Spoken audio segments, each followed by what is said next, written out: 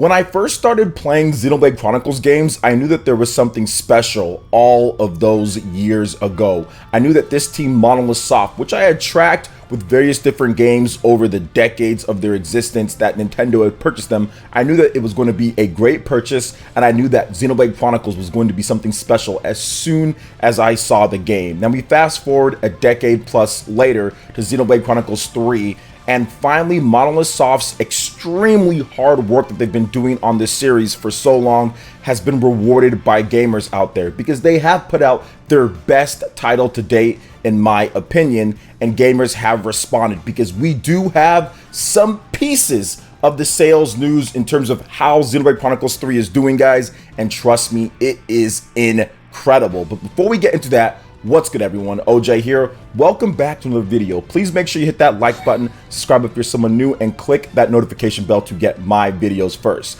Now, recently, the July 2022 NPD Top 20 Best-Selling Games for the United States was released. And Xenoblade games have obviously launched before in the past, and none of them have ever cracked, I think, the top 10. There's never been a Xenoblade game that's ever cracked the top 10. Now you have to remember, these charts are just charts. We don't know the actual sales numbers behind them, so it's not like a position on the charts here equals you sold X or Y amount. It varies based on each month and what's selling or not, but we can still sit here and look at the positional charts and say, yeah, Xenoblade, while it's done great before in the past, Xenoblade Chronicles 2 sold over 2 million units plus, its US NPD sales rankings have never been anything to really write home about. I think Xenoblade Chronicles 2 was 16th, and I think that Xenoblade Chronicles Definitive Edition was 14th, or it's never really cracked the top 10. But all of that has changed with Xenoblade Chronicles 3, and this is something that Monolith Soft has been waiting for, and it's something that I've talked about in terms of proving what Monolith Soft is all about, and the sales and everything that I've been talking about leading up into the launch of the game and what they've been doing. Heck, even before the official launch, I knew that there was a big Xenoblade game in development that was going to be the full strength of Takahashi Team 1 and not 40 to 50 people side team that did Xenoblade Chronicles 2.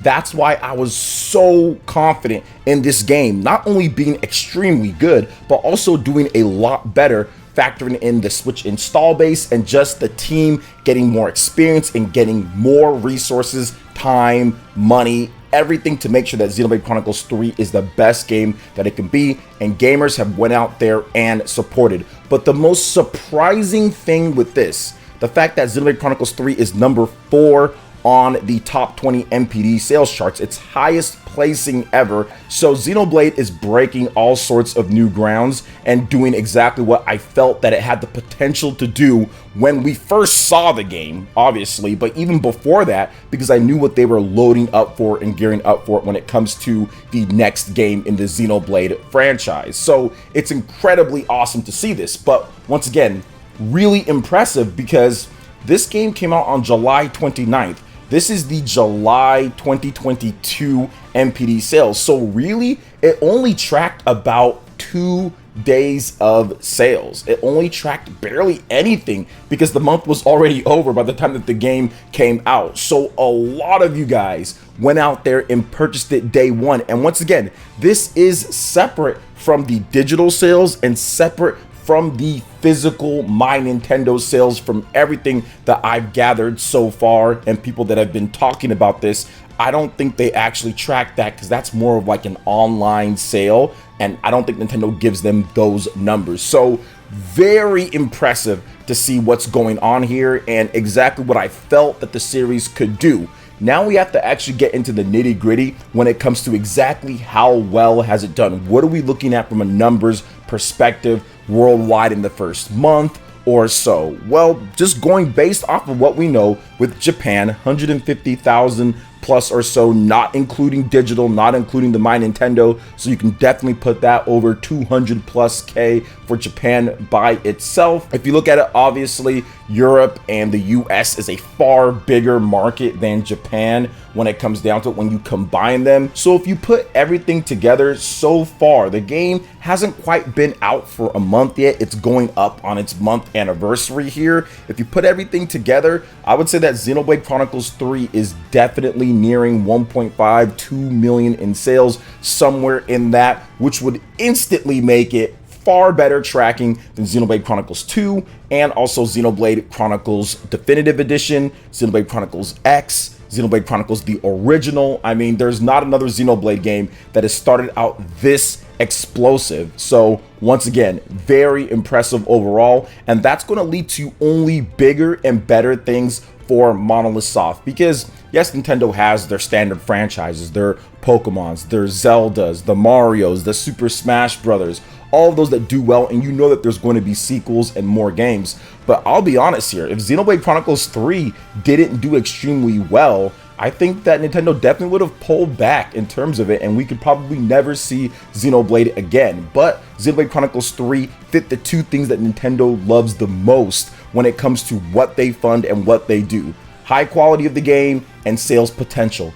Upward trajectory. The series has to be going upwards, and it has to be doing well with the reviews in order for them to continue pumping money into it. If one of those two things are off, things are going to kind of fall off the wheel. That's the reason why we don't get consistent Kid Icaruses, or we don't get consistent F-Zeros, we don't get consistent Pikmin games. Yeah, they might have quality here, but the sales are not necessarily where Nintendo would want them to be, so they usually end up going on hiatuses for very long periods of time until they find a developer, somebody to kind of breathe new life into it, or a new idea where they feel that it can once again turn the franchise in an upward trend. And Xenoblade, since its original, has been doing just that when it comes to revenue, when it comes to the fans, and just like everything with it. Heck, even Xenoblade Chronicles X, a game that was on the Wii U with a barely 14 million unit install base, from what I understand, sold around 1 million units, which is incredibly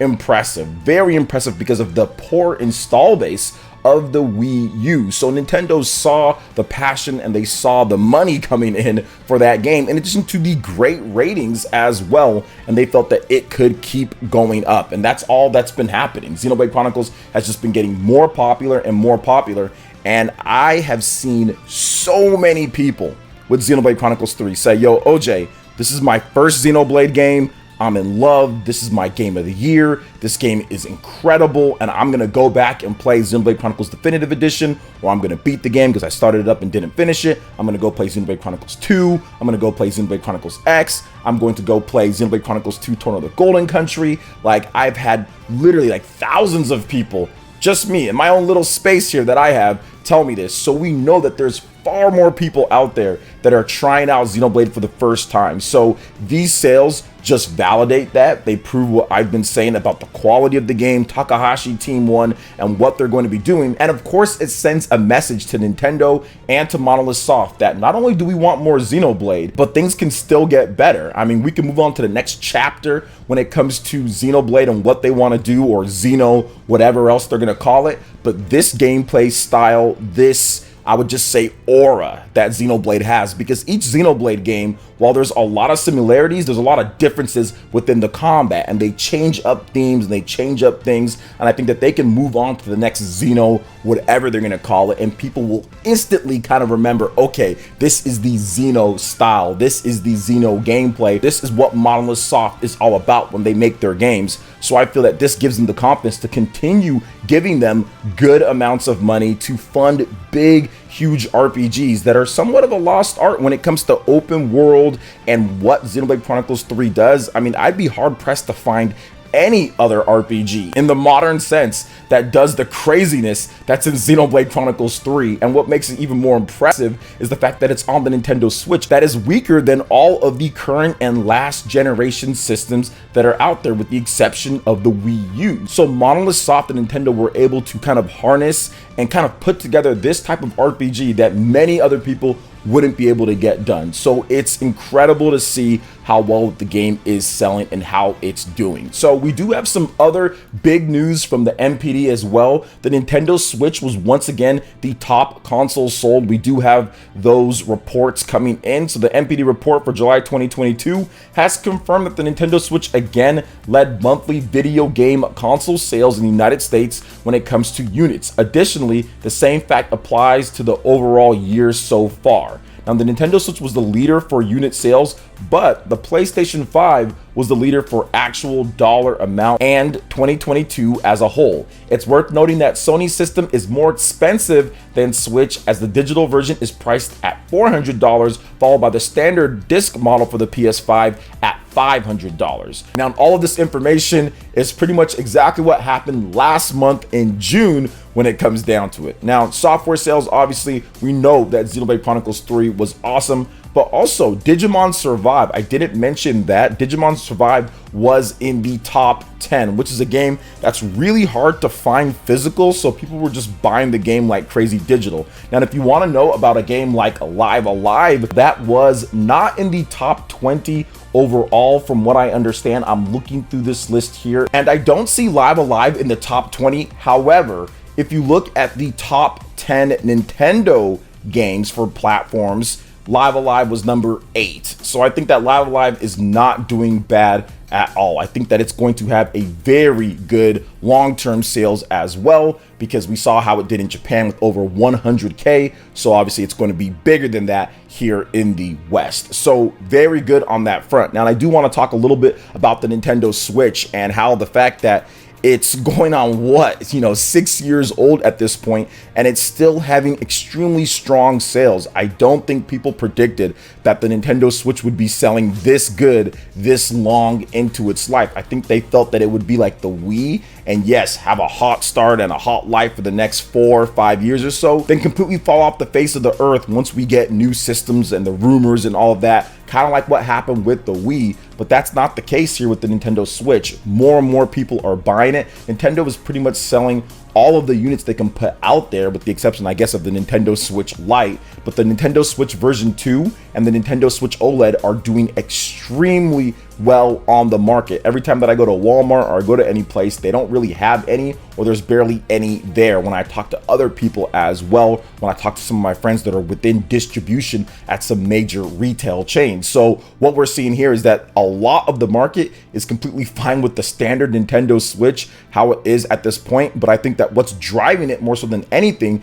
is the games. I mean, that's really what it comes down to. Yes, you need system power, features, all that stuff is fantastic, and I love that stuff whenever Nintendo can get that in. And of course, my PlayStation 5 and my Xbox Series, I mean, I love those systems and those features and what they do. But the versatility of the Nintendo Switch, being able to play it anywhere, as recently I actually had to go get my car fixed, and I was playing Xenoblade Chronicles 3 for an hour and a half there while they were fixing my car. But it's a concept that Nintendo really made popular back in 2017, and now other people are kind of jumping into the fray here. But it validates the Nintendo Switch and the idea, because once again, believe it or not everybody was sold on the idea of the Nintendo Switch.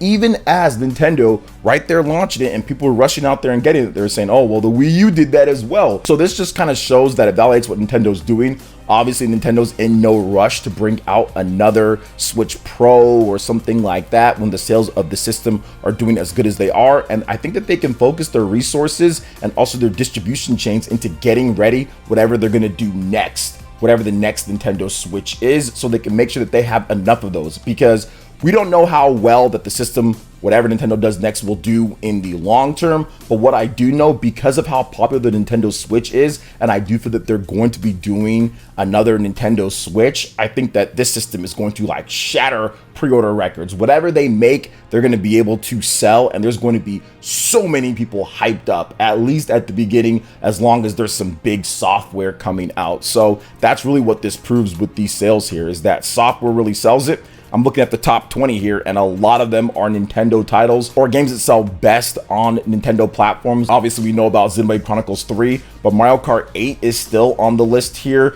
Digimon Survive probably has its best sales on the Nintendo Switch, as it's in the top sales on the eShop right now at this point. Kirby and the Forgotten Land, Super Smash Bros. Ultimate, Animal Crossing New Horizons, Pokemon Legends Arceus, Nintendo Switch Sports, all of those games are in the top 20. So that's what's driving the Nintendo Switch, with these older games and also some of these newer games coming out and constantly having great titles for people to pick up. So what do you guys think about this when it comes to Xenoblade Chronicles 3 and also the Nintendo Switch sales still going strong, you know, past year 5? Let me know in the comment section below. All right, guys, that wraps it up for this video here. Thank you so much for watching. I do appreciate it. Please make sure you hit that like button, subscribe if you're someone new, click that notification bell, and we will see you for the next video.